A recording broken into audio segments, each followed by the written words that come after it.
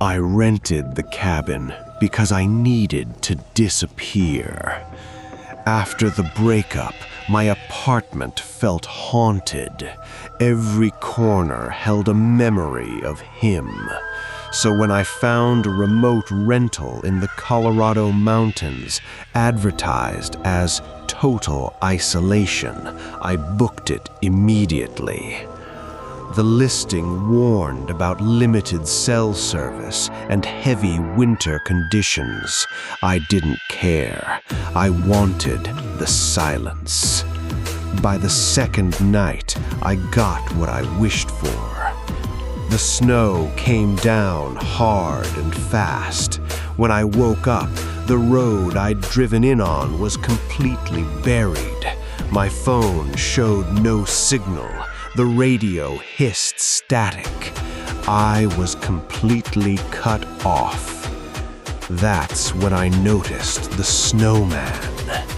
It stood near the tree line, far enough back that I almost missed it.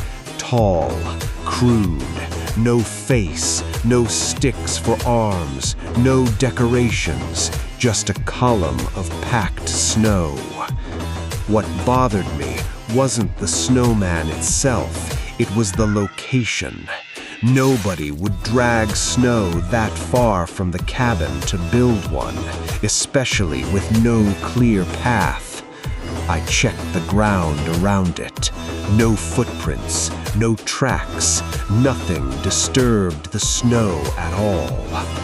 I laughed it off, told myself it had been there before I arrived and fresh snow had covered the tracks.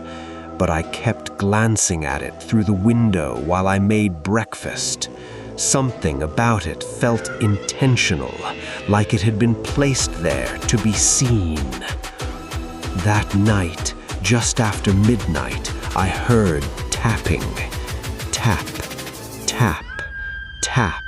Soft at first, almost polite.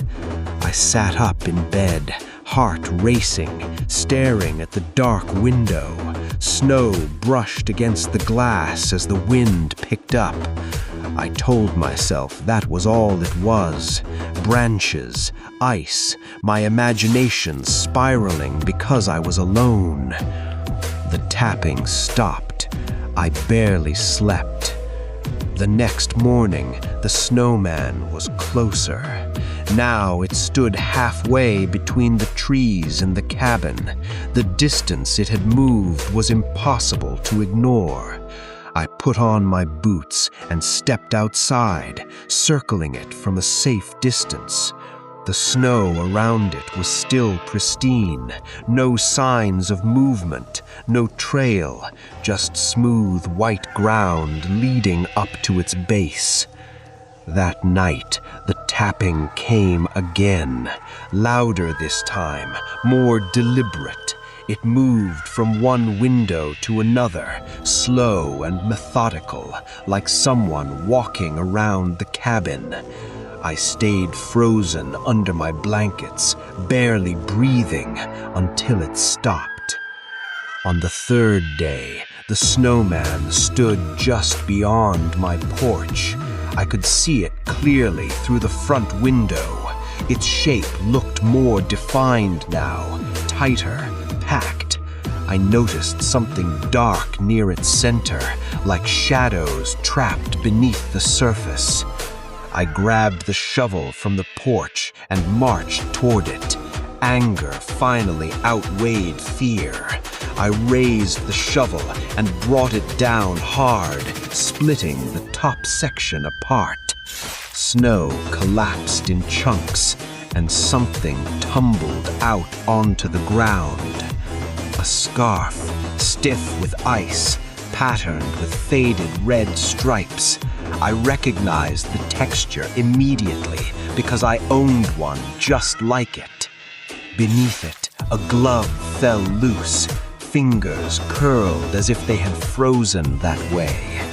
I struck again. Strands of dark hair slid out, clumped together, tangled. I dropped the shovel and backed away, nausea rising in my throat. These weren't decorations, they were belongings, human belongings. I ran inside and locked the door. That night, I pushed furniture against the bedroom door and kept every light on. I told myself morning would come and I would leave no matter what the road looked like.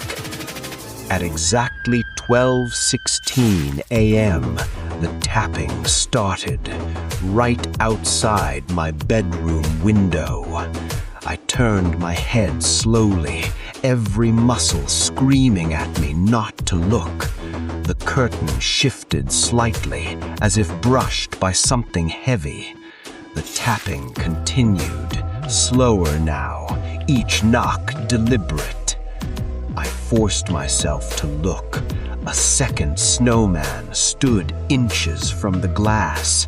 This one was smaller, compacted tightly, its surface smoother, pressed into its chest, a frozen clump of hair, positioned like it was meant to be seen. I screamed and collapsed against the wall, sobbing until my throat burned. The tapping didn't stop until dawn. When the sky finally lightened, I left. I forced my car through the snow until the tires caught the road beneath. I didn't stop driving until I reached town. 3 days later, I looked it up.